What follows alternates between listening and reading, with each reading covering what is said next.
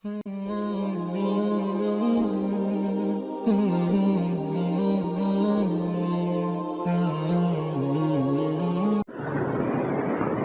جناب ابراہیم علیہ السلام نو نہایت اعلی عقل عطا فرمائی، کیونکہ اسی شروع تو ہی ابراہیم دے معاملات نو سمجھدے ساں۔ اے امت محمدیہ، تسی امت مصطفیٰ دی ہو اور ملت جناب ابراہیم علیہ السلام دی ہو، اور اس رب نے تہاڈا نام مسلمان رکھیا ہے۔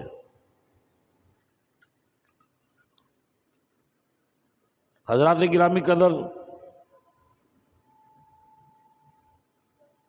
دنیا دے اندر اے اصول ہے، جو کم بڑیاں دا ہوندا ہے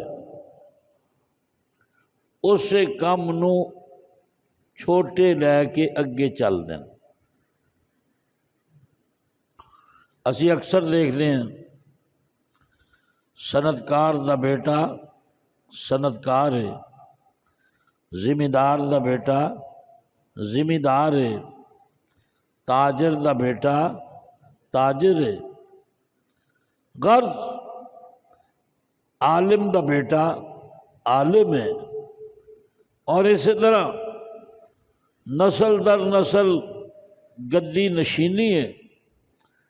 اسی طرح سیاستدان دا بیٹا سیاستدان ہے۔ یہ چلیا آ رہا ہے شروع تو، اور جدو ابراہیم تے ایک گل آئی، پھر باپ دی سوچ ہو رہے، باپ دا جڑا کاروبار ہے وہ ابراہیم دے بارے چ نہیں، جڑا ابراہیم ہے وہ باپ دے بارے چ نہیں۔ پہلا شخص ہے اس دنیا دے اندر جس نے اپنے باپ نال کاروباری معاملے چ اختلاف کیتا ہے اور بغاوت دی حد تک کیتا ہے۔ سبحان اللہ۔ ابراہیم علیہ السلام نے، اللہ تعالیٰ نے عراق دی سرزمین تے پیدا فرمایا، چھوٹا جہا قصبہ ہے عروب، او دے اندر حضرت ابراہیم علیہ السلام پیدا ہوئے، اور باپ دا نام آزر ہے اور او دا لقب تارخ ہے۔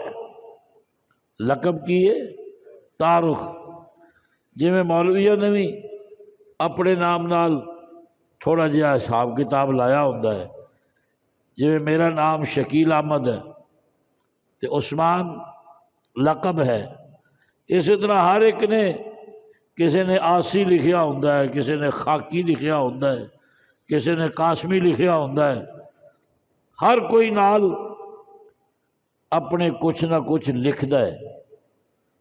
اللہ اکبر۔ اسی طرح ابراہیم علیہ السلام دے والد دا نام جنہا قرآن نے دسیا ہے، لِأَبِيهِ آزر، لِأَبِيهِ آزر، او دا والد آزر سی۔ جڑی تاریخ دس دی تارخ، او اسے آزر دا لقب ہے۔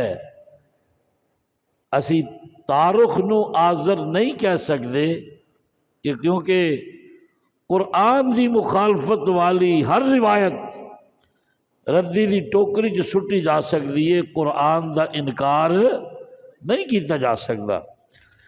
امت دے اندر دو گروہ بن گئے، ایک اس بنی اسرائیلی روایت تے حضرت ابراہیم دے والد نو تارخ لکھ دیے، اور قرآن جتھے بھی کہہ رہے ہیں 17ویں پارے دی سورہ انبیاء دے اندر کھلے لفظاں اسی طرح اور مقامات سے بھی اللہ تعالیٰ نے لی ابی ہی آزر، لی ابی ہی آزر، آزر آکھے ہے۔